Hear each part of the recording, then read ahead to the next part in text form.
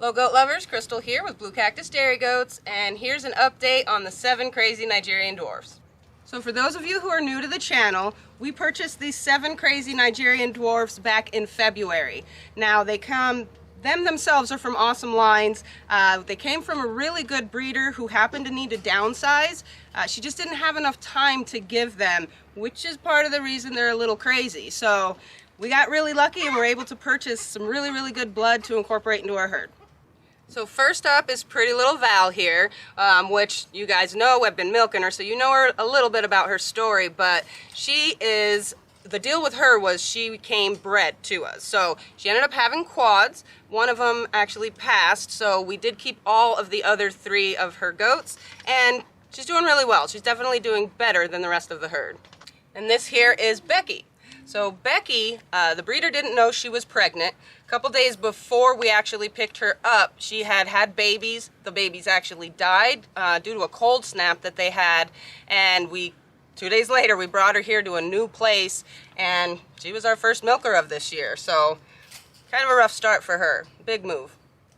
So this here is Tansy. She is the oldest out of all the crazies. This here is Ruby, and she is the youngest in the group that we bought. And here we have Roxy. She happens to be the herd queen out of this clique. And here is Whoa Nelly. She is absolutely the craziest out of the crazies. And this here is pretty Miss Nova. She actually has already won her first champion leg as a junior.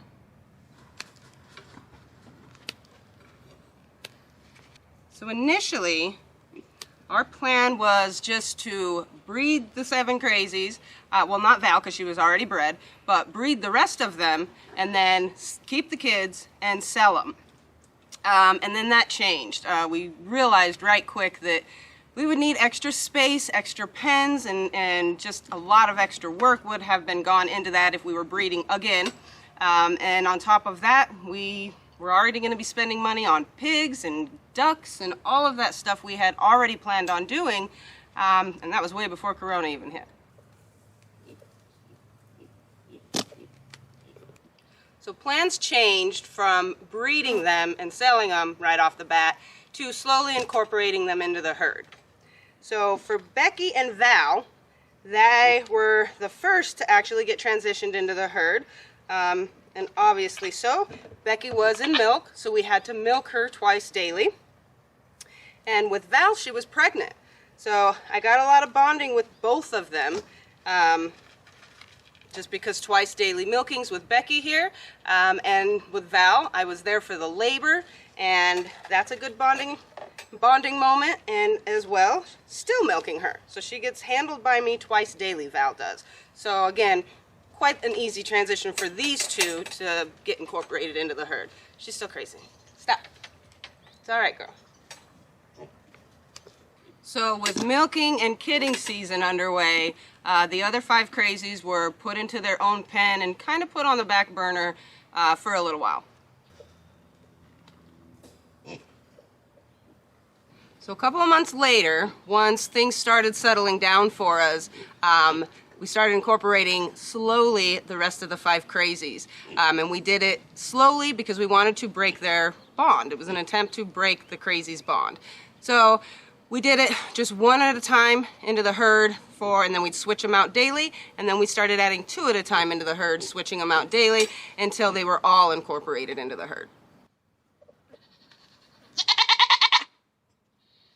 So the reason we didn't incorporate them into the herd sooner was because they're skittish, and their fear can spread to the rest of the herd. We wanted our goats, our tame goats, to rub off on them rather than them rubbing off on our goats.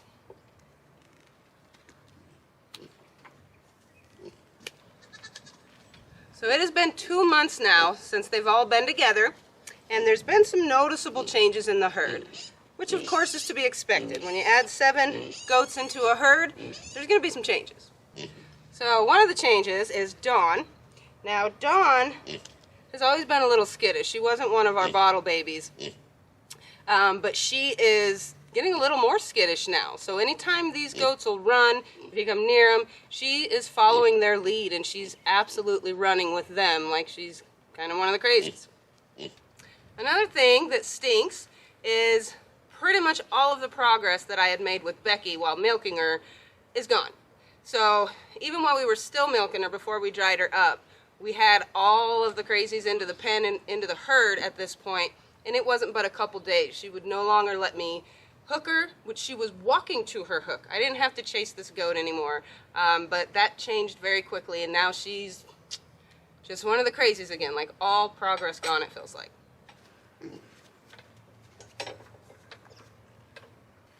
So our goats already had an established hierarchy. It was kind of a three-way split, so it was Sky, May, and Elsa who were kind of the leaders, and Sky was definitely the most dominant of the three.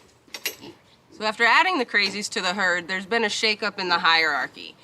Sky, who is 9 years old, she used to be, like I said, the most dominant. She would run to the food first. She would bully people, or bully the goats out of the way, and you know, just really dominant.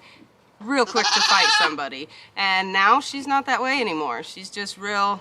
She stands back. She waits her turn. She's not going to bully her way through to get that food anymore. So maybe Big Montana is going to lose a little bit of weight. So at this time, there's really no clear leader in the herd.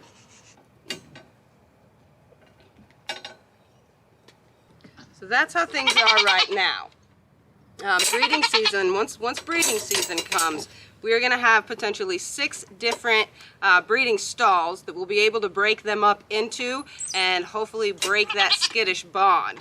Obviously it'll break the hierarchy up a little bit, and our goal is to maybe get them a little bit more calm. So where the real bonding is going to take place with me is once kidding season starts. And after that, I'll be milking them twice daily, so I'll be handling them a lot. So at that point, we're going to be able to see who gets to stay and who has to go. So thank you guys so much for watching, and we'll see you again soon. Hello, Lucky. What are you doing, mister? How are you holding up in the heat? Still acting fine, I see. Wonderful, Lucky. Good seeing ya.